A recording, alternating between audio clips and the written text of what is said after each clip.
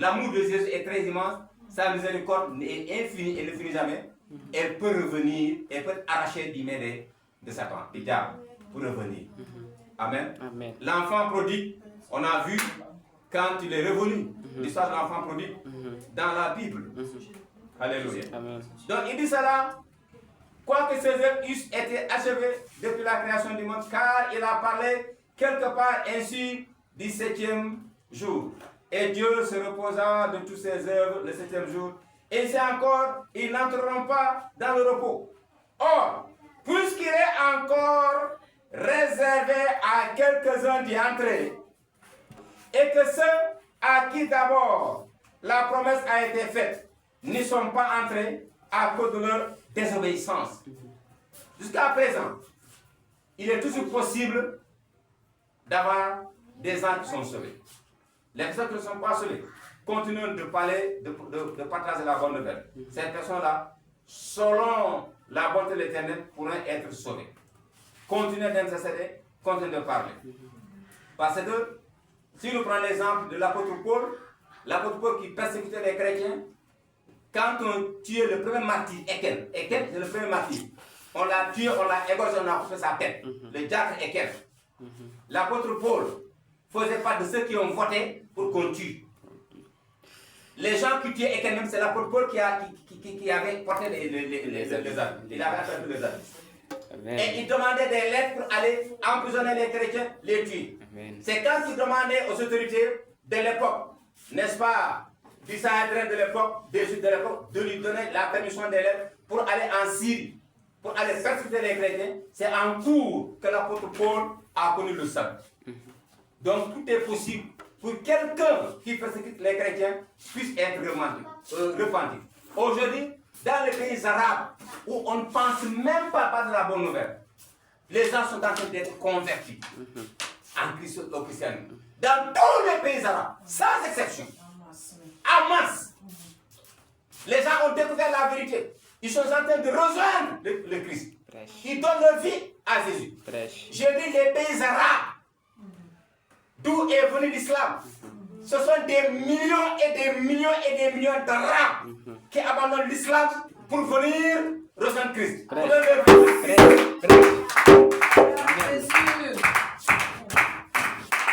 Parce qu'il connaîtra la vérité et la vérité t'affranchira. Quand ils ont connu la vérité, ils ont découvert la vérité, ils sont devenus libres. Donc, n'abandonne pas la foi en Jésus-Christ. N'abandonne pas la foi en Jésus-Christ. Continue. Continue. Or, puisqu'il est encore réservé à quelques-uns d'y entrer, oui, il est toujours possible d'être sauvé. Le salut est toujours disponible. La grâce est toujours disponible.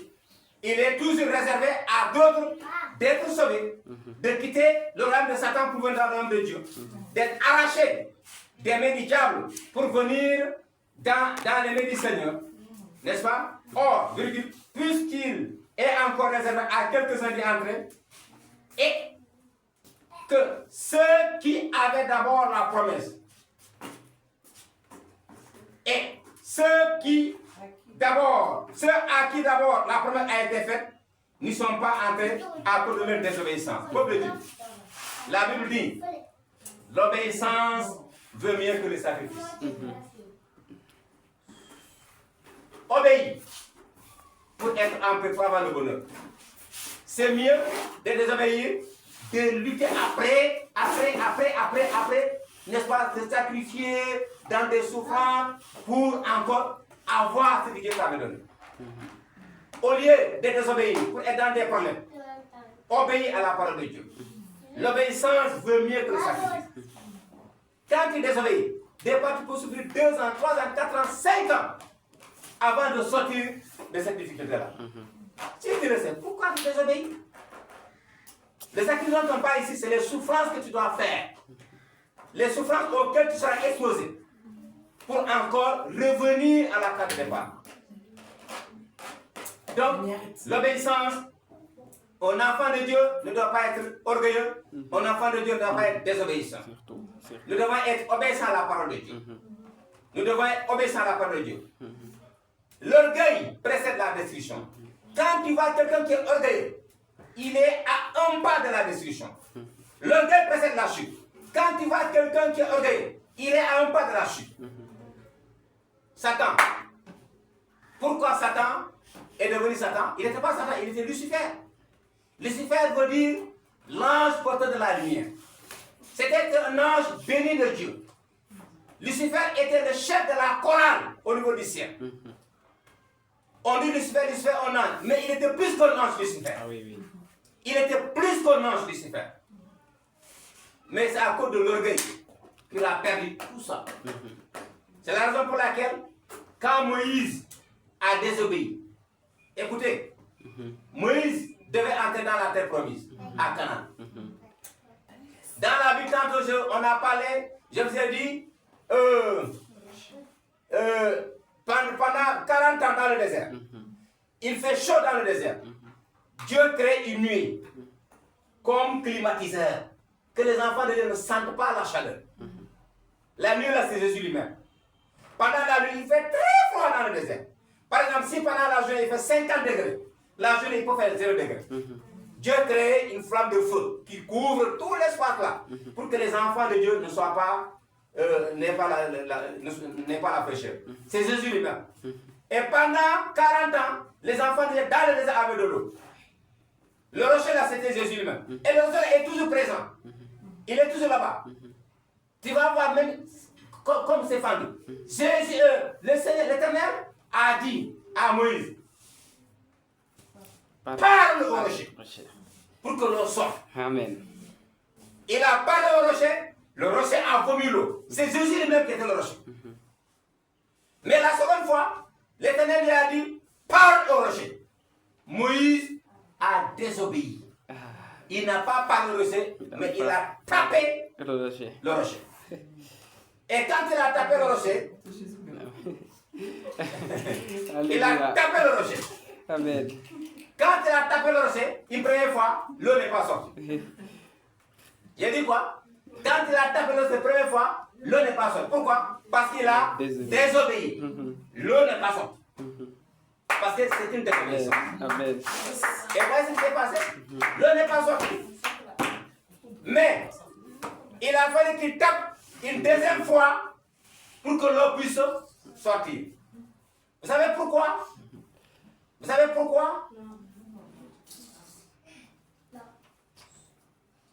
Qu'est-ce que vous savez pourquoi? La première fois, qu'est-ce que j'ai dit? La première fois, j'ai dit, le Seigneur lui a dit, parle au rocher. La seconde fois, Il demande de parler au rocher. il lui a dit de parler. Oui. Mais finalement, Moïse a tapé 2 fois le rocher. Le rocher, c'est Jésus-Christ. Jésus-Christ devait mourir une seule fois.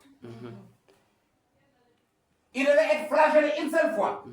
Il devait être cloué une seule fois. Il devait être percé une seule fois.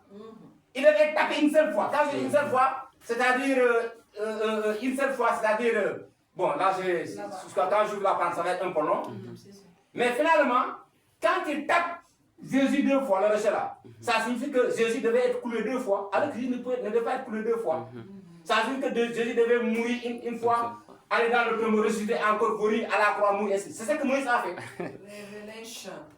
Il a désobéi. Et puisqu'il a désobéi, Dieu lui a dit, maintenant tu n'entreras pas à la terre promise. Il était sur la montagne, il voyait Canaan comme ça, la terre promise. Mais Dieu l'a dit, tu n'entreras pas, parce que tu as désobéi. Alléluia. L'obéissance veut mieux que le sacrifice. C'est à cause de cette désobéissance. Imaginez, Moïse, à qui Dieu a dit, Moïse, je ferai de toi Dieu. Et dans la Bible, le Dieu là est écrit en termes majuscules. Dieu, l'Éternel a dit, Moïse, moi Dieu, je ferai de toi Dieu. Et le Dieu là, c'est en termes majuscules. Ce n'est pas des muscules. Hein? C'est-à-dire, il dit, toi-même tu seras Dieu devant Pharaon. Mais il a désobéi une seule fois. Dieu l'a dit, tu n'entreras pas dans la terre promise. Il a dit, maintenant c'est Josué qui va prendre ta place. Et c'est Dieu lui-même qui a tué Moïse. Et quand Dieu a tué Moïse, maintenant Satan était content. Il était venu maintenant pour récupérer le corps de Moïse. Les enfants d'Israël pleuraient, ils cherchaient le corps de Moïse pour l'enterrer. Ils n'ont pas vu le code de Moïse. Et Satan est venu